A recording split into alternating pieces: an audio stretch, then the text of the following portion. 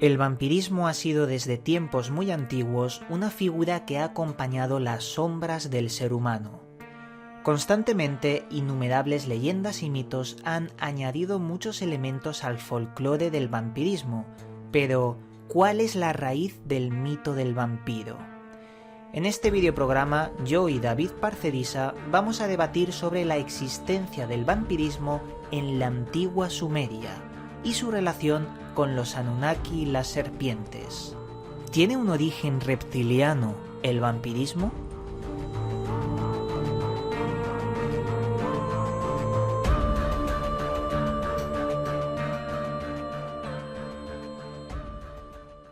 Saludos, buscadores del misterio, y gracias por asistir a granmisterio.org. Hoy vamos a hablar de un tema que mucha gente ha estado pidiendo sobre el origen de los vampiros. ¿De dónde han venido? ¿Cuáles son las fuentes reales de la existencia de estos seres? Y sobre todo, ¿es más que un mito o una realidad? Para ello vamos a contar con la ayuda de nuestro gran amigo David Parcerisa. ¿Qué tal estás, David? Hola Iván, encantado por supuesto de estar aquí invitado en tu espacio. Gracias a ti. Antes de empezar, yo quería decir a las personas que aquí no se va a debatir sobre la existencia real o no de los vampiros, sino buscar los datos objetivos de si los mitos son algo más que mitos, ya que no tenemos un vampiro enfrente para saber si esto es real o no. Solo tenemos que basarnos en simplemente las cosas y las pruebas que pueden apuntar hacia esa dirección. Yo sé muy bien, David, que tú, al igual que muchas personas, han estudiado en profundidad este tema, porque toca de lleno con la cultura sumeria e incluso con los Anunnaki. Si a ti te dicen si de verdad existe una relación entre la serpiente y el vampirismo, ¿tú qué dirías? Bueno, lógicamente, como muchos de vosotros esperaríais, yo opino que sí, que hay una conexión y una relación causa-efecto muy directa.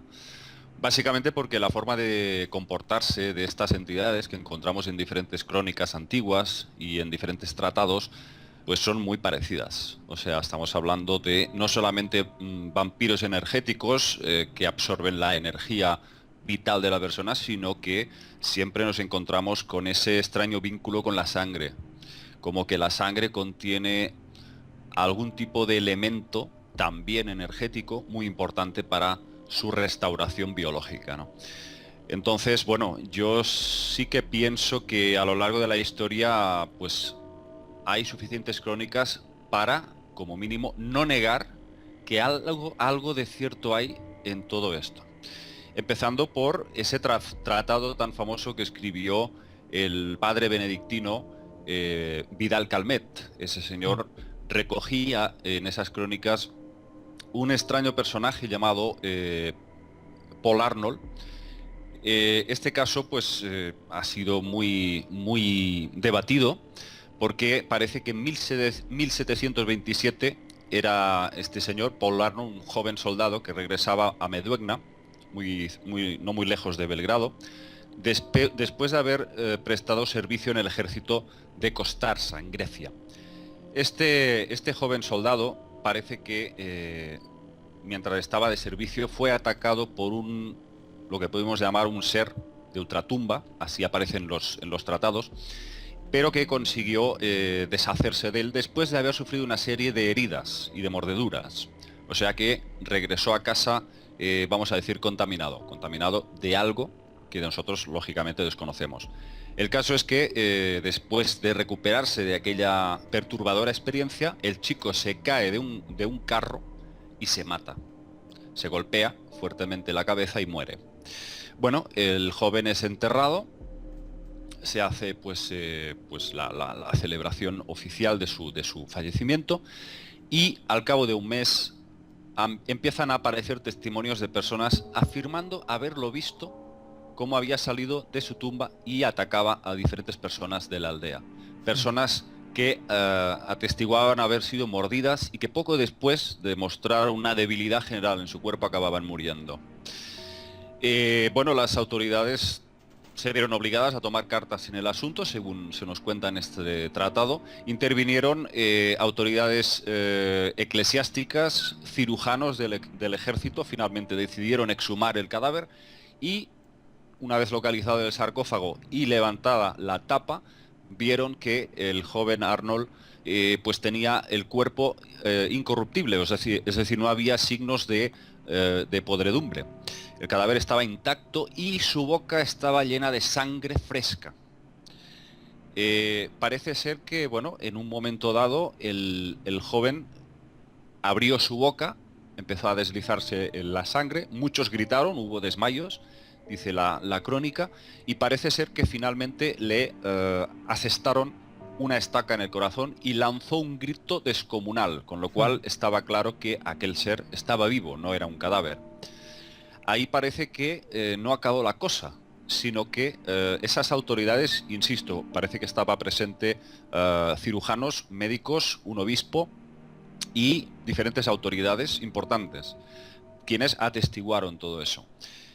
Parece que las tumbas en donde estaban enterradas las víctimas de Arnold también fueron abiertas y se encontraron con el mismo cuadro, es decir, cadáveres completamente intactos, sin signos de corruptividad, y en sus bocas estaban llenas de sangre. Parece ser que pues básicamente les mataron con palas de labranza, les cortaron la cabeza y finalmente incineraron los cadáveres. Es decir, había una infestación vampírica.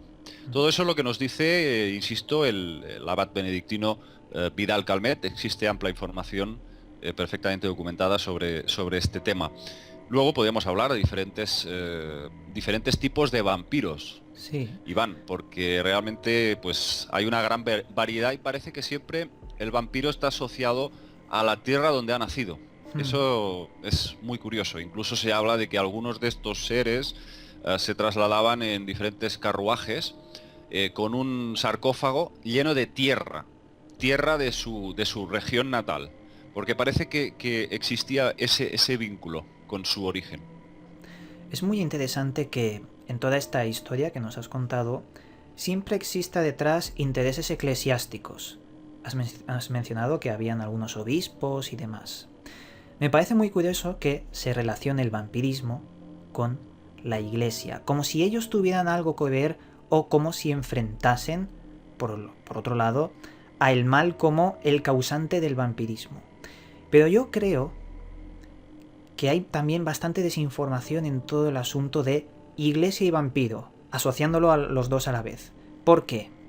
Porque el origen real del vampirismo es mucho más antiguo que la propia iglesia. Como bien sabrás, hay tablillas sumerias que nos hablan de Lilith. Lilith es una especie de dios, una diosa, que incluso bajó del cielo con sus hermanos, los Anunnaki, y en las tablillas sumerias menciona que esta diosa se hacía corpórea en los sueños e incluso atacaba a sus víctimas. Pero luego vemos que la palabra Lilith no tiene 5.300 años de antigüedad, pero la vemos reflejada en la cultura hebrea. En la mitología hebrea, Lilith fue la primera esposa de Adán. Una esposa que se rebeló contra Dios, contra el propio Adán, y salió del paraíso. Fue expulsada. Pero allí creó una prole de demonios, según nos dice la mitología hebrea, y surgieron los mitos del vampirismo a partir de ahí. ¿Tú conocías esta historia, David? ¿Nos puedes dar algún dato? Sí, parece que era la versión anterior de Eva. O sea que era la primera mujer, según estos escritos, que estaba, digamos, diseñada para aparearse con el Adán original. Pero parece ser que ella no accedía a las propuestas sexuales del Adán, y entonces dice que dijo el prohibido y sagrado nombre de Dios, y en ese momento al pronunciarlo se le extendieron una especie de alas y salió volando del Edín. ¿eh? El Edín es el término que se da al Edén en sumerio. Entonces ahí es cuando se dirige hacia una zona considerada como infestada de demonios, y ahí Lili empieza a aparearse con esos demonios y a engendrar diferentes tipos de bestias, ¿no? Ahí ya se han creado muchas leyendas en torno a este misterio de Lili, que es una especie de demonia y que curiosamente, efectivamente, como tú decías, atacaba a los bebés, atacaba a los infantes, les chupaba la sangre y les chupaba la energía vital. Y curiosamente aparece en la película El Exorcista el demonio sumerio Pazuzu, o Hmm. también llamado el pájaro Zu, que curiosamente también es utilizado como amuleto para contrarrestar los ataques de Lili en forma de amuleto. Hmm. A mí me pareció muy interesante cuando pude leer todo esto y el comprobar que la mitología hebrea bebía de textos 1000 veces más antiguos de los textos sumerios. Por lo Claro, que sobre el... todo, sí, sobre todo del Sí, Génesis. exacto. Porque el origen del vampirismo lo estamos viendo, que lo más antiguo mencionado es la propia Sumeria. Pero claro, ahora sí, como muy bien has dicho, el Génesis, tenemos que ver algo que también es algo chocante. ¿Qué animal en el Génesis, en el Edén, tiene colmillos? La La serpiente. serpiente. La serpiente ha estado ahí desde el principio de los tiempos, tentando al Ujú. hombre. Pero que a lo mejor la serpiente no tenía una función tan maligna como nos han contado, sino al revés, porque parece que hay una campaña de desprestigio. Por Como que supuesto, por supuesto. aquel Yahvé no era tan bueno como nos han contado.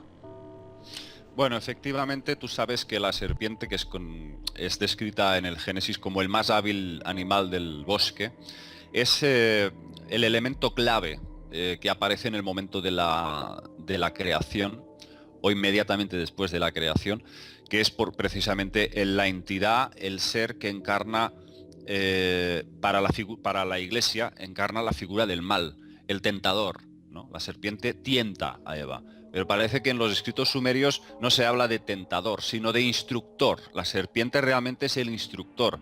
Es siempre ese símbolo de sabiduría, de conocimiento. Es el que precisamente trae el conocimiento al hombre. Y eso es precisamente lo que hace cuando le ofrece a Eva tomar del fruto del árbol del conocimiento, algo que prohíbe esa entidad mayor Hmm. llamada Yahvé.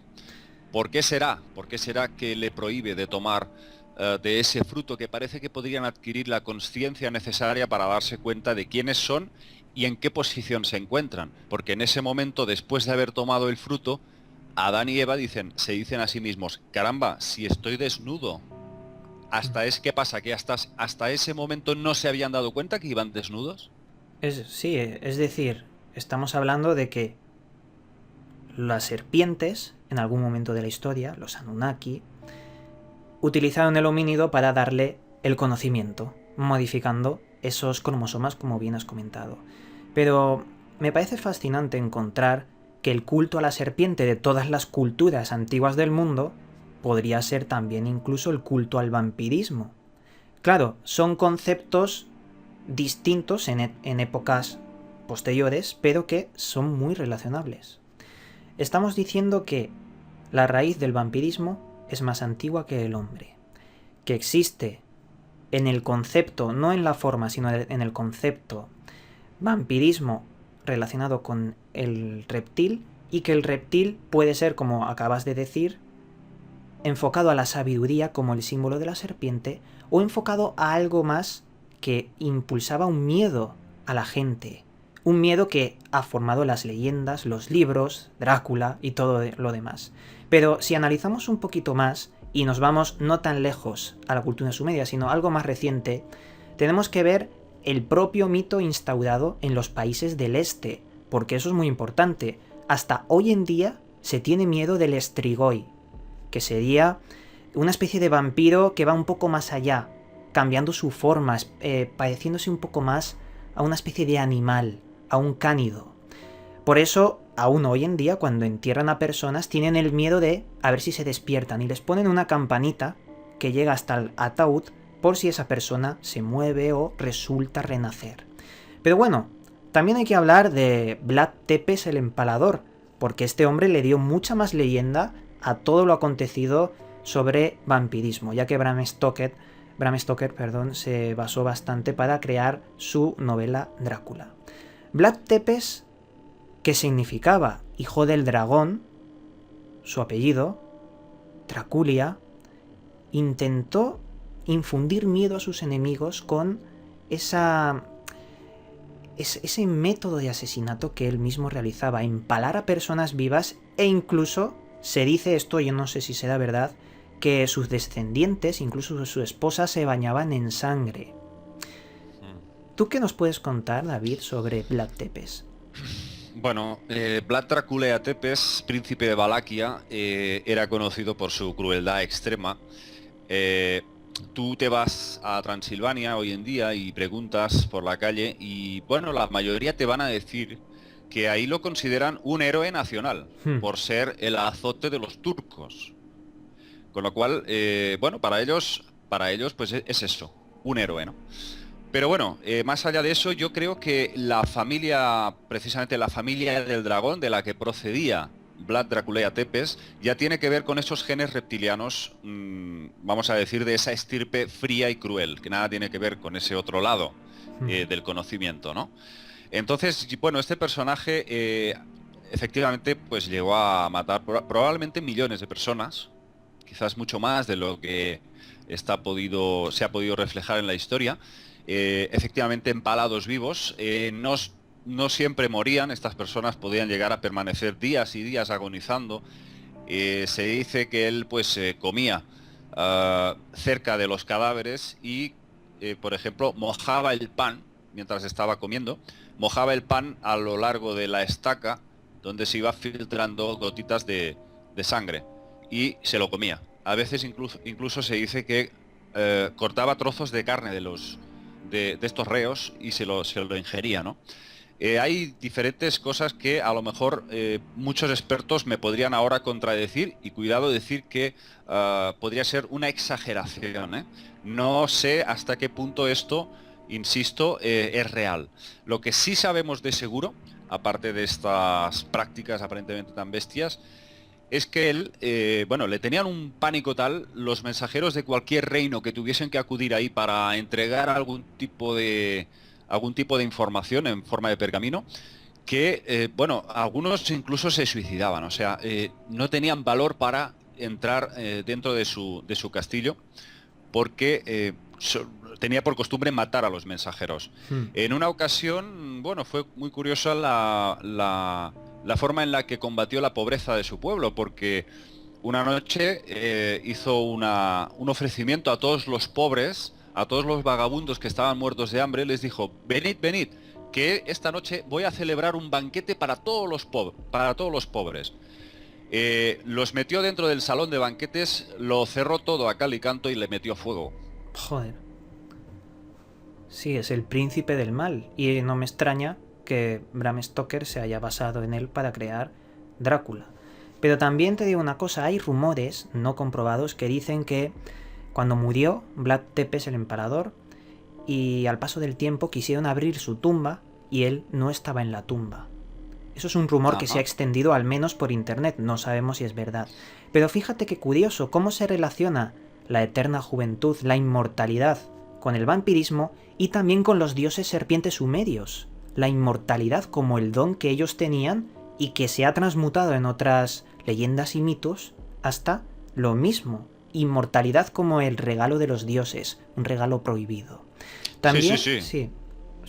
No, que todo va relacionado con la ingesta de sangre y con ciertos rituales muy ancestrales, que es, por ejemplo, sobre todo los mayas y los aztecas. Arrancar el corazón y comérselo también. Sí, es como aquellas teorías del Salvador Freixedo sobre los holocaustos, el sufrimiento, como la energía que deberían estas entidades de aprovecharse. Es más que la sangre, sino el sufrimiento que va asociado a la sangre. Es como la pureza de energía. Pero bueno, también hay que hablar de un aspecto que no podemos olvidar, que es el vampirismo en torno a la psicología humana, ya que tiene mucho que ver la psicología humana con la imagen que tenemos del vampirismo. ¿Por qué? Porque el vampirismo está asociado con una temática sexual. la forma de morder a alguien, el brotar la sangre. Hay muchas personas que se han creído vampiros a lo largo de la historia y han cometido asesinatos, pero motivados por esa perversión sexual de mutilar a una persona a mordiscos, por ver brotar esa sangre. Y hay estudios muy grandes, tesis doctorales, sobre este concepto psicológico del vampirismo. Pero por otro lado, también vemos enfermedades que son muy raras y que también nos hacen pensar que han alimentado y añadido, esto es muy importante, añadido elementos a lo que se creía anteriormente del vampirismo. Elementos que no tienen nada que ver, pero que han formado parte del folclore. Como la rabia, por ejemplo. Aquellas personas que entraban en un estado frenético, tiraban espuma por la boca y no podían ni ver la luz del sol. Les causaba dolor. Incluso creo que la rabia está asociada a tenerle miedo al agua. No sé si... Sí, pero... Bueno, sí, dinos, David. Sí, pero hay algunos casos que no se ajustarían a los síntomas de la rabia, precisamente. Mira, en el siglo XVII, el folclorista griego Leo Alatius nos hablaba del más letal de todos los vampiros, el vampiro griego, conocido como Bricolacas. Él nos decía que el Bricolacas era una criatura capaz de acercarse a una velocidad fulgurante, como el rayo. O sea, como que encima, o sea, se te echaba encima en cuestión de segundos, no lo podías ni ver venir. Parece que eran conocidos por asfixiar a sus víctimas mientras estaban durmiendo. Y eran tan letales que solamente acercarse a la persona, esa persona podía morir. Fíjate que quedaban completamente exangües.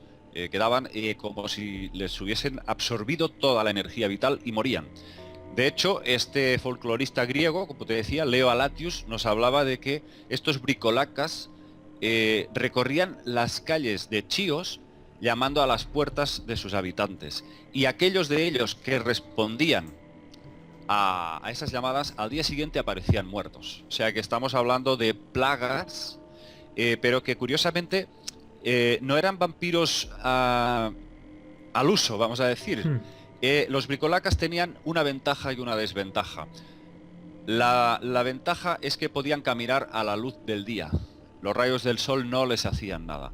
Y la desventaja que tenían es que no eran inmunes a las armas de fuego. Y así fue como la población consiguió vencerles. Consiguió frenar su avance. Porque estamos hablando de crónicas que hablan de diferentes razas de vampiros arrasando comarcas enteras. O sea, la imagen, para que la gente se haga una idea, la imagen de que el vampiro es solitario, que aparece de vez en cuando, 4 víctimas por aquí, 4 víctimas por ahí, pues no se ajustaría a estas crónicas.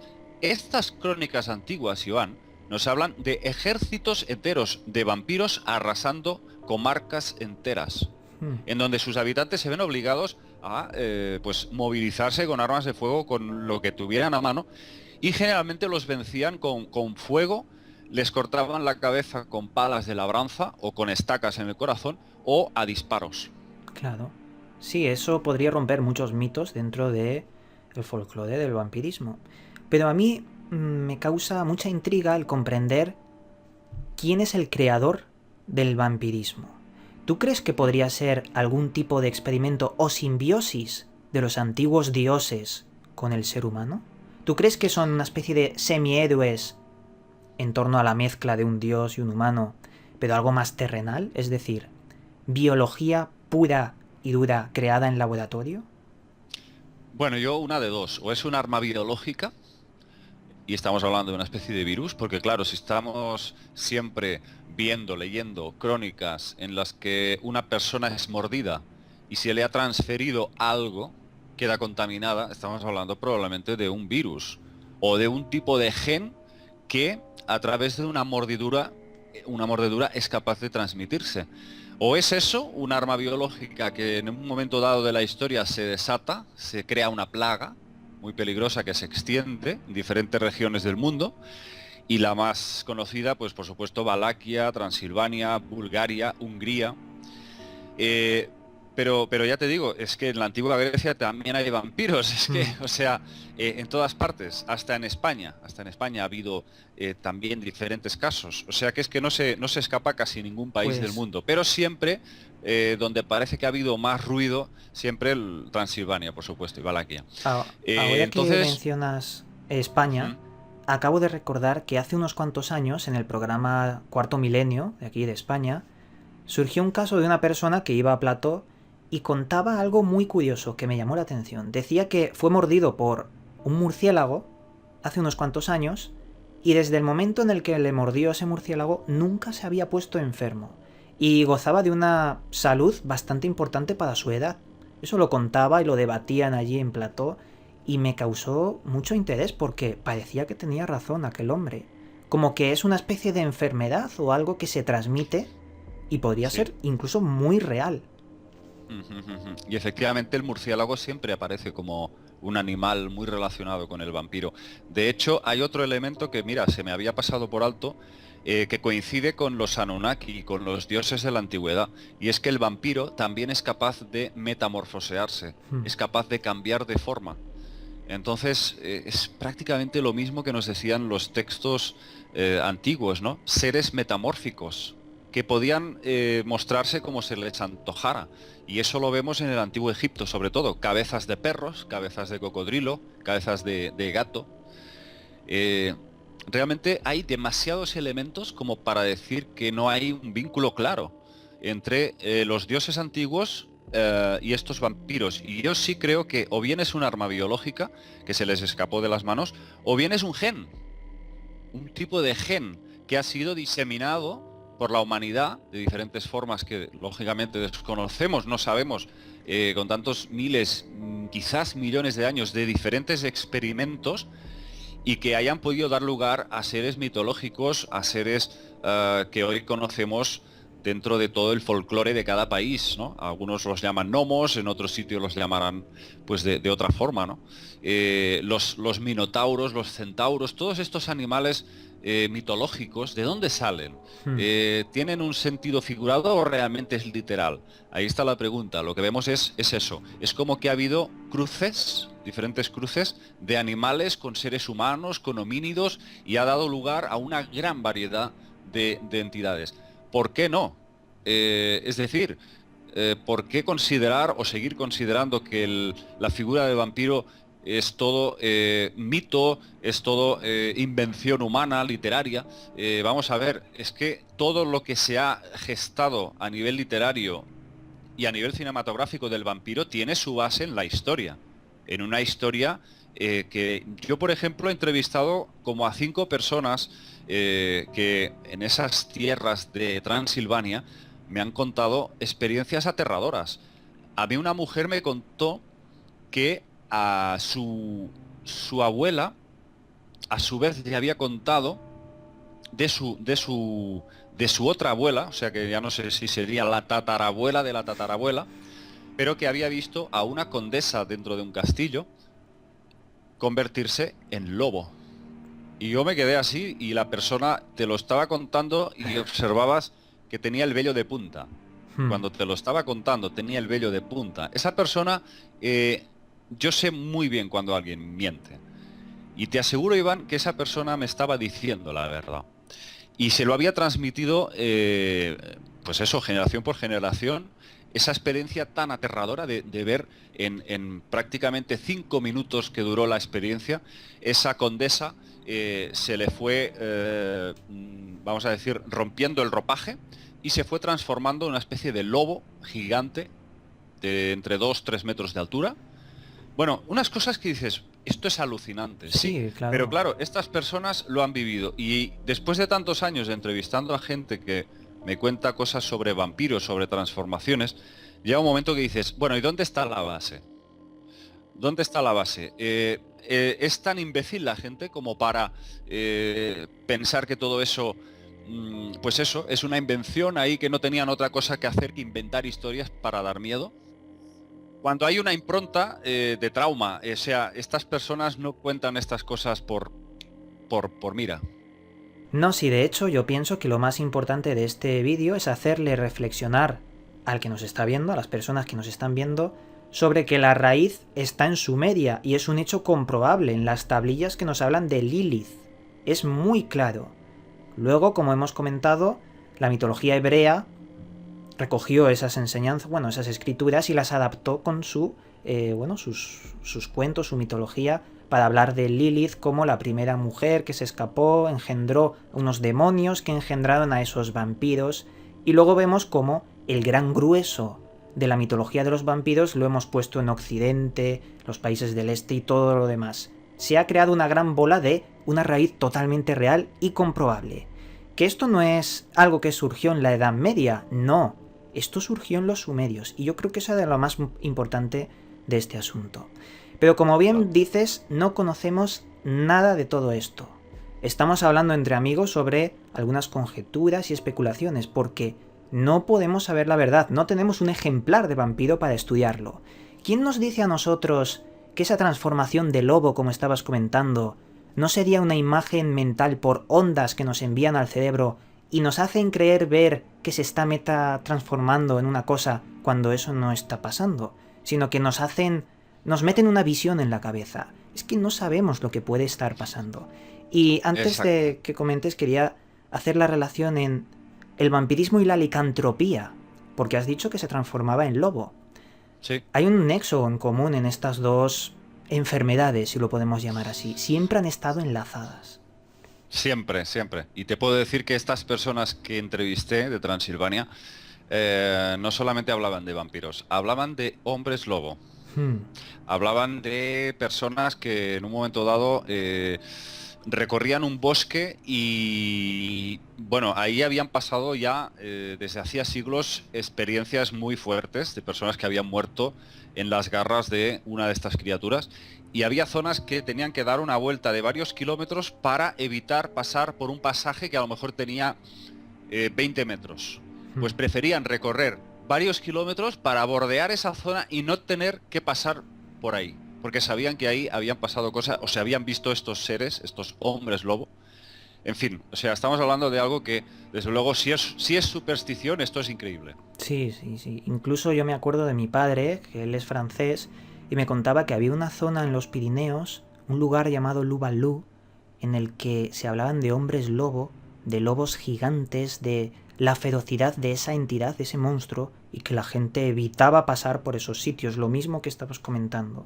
Parece que en todo el mundo hay leyendas de esto, leyendas con elementos distintos entre sí, porque la zona geográfica es distinta, pero que tienen la raíz común, y eso es lo más intrigante de todo este asunto.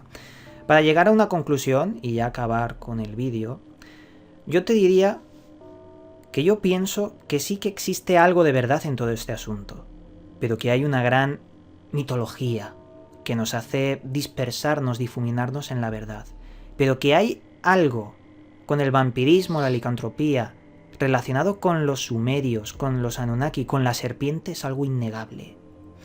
Y yo creo que me quedo con eso, me quedo con también armas biológicas que podrían estar creando una especie de enfermedad basada en la rabia, y ojo, hablo de el siglo XXI, hablo de hoy en día, hablo de gobiernos modificando enfermedades para crear algo que se parece al vampirismo. Si todo fuera una mentira, si no existiera el vampirismo, si nunca ha existido y solo ha sido una novela, ¿quién nos dice a nosotros que en el futuro conviertan la mentira en real con los laboratorios? Muchas veces pensamos que las tonterías de invenciones, de cosas que no existen, se van a quedar en la inexistencia. Pero no, solo falta la idea de un par de locos para volver algo real. Y pienso que eso es importante. ¿Cuál es tu conclusión sobre este tema, David? Bueno, yo diría que en un 90% estaría dispuesto a pensar que sí, que los vampiros existen, o han existido. No me atrevería a decir si actualmente, pero sí que han existido. Si negamos los vampiros, tendríamos que negar la existencia de, no sé, grandes personajes clave en la historia, como Jesucristo o Alejandro Magno. Porque los vampiros están ahí y ahí está todas las crónicas. Dudo de ese grado de estupidez como para considerar que todo fueron invenciones. Ahí hay algo más, en la raíz de todo ello. Pues con esto vamos a finalizar este vídeo y te doy las gracias, David, por estar aquí con nosotros nuevamente. Ya sabes que aquí siempre eres bienvenido y sobre todo para tratar estos temas que tanto nos gusta, a mí sobre todo y a toda la gente que nos sigue. Muchas gracias, David.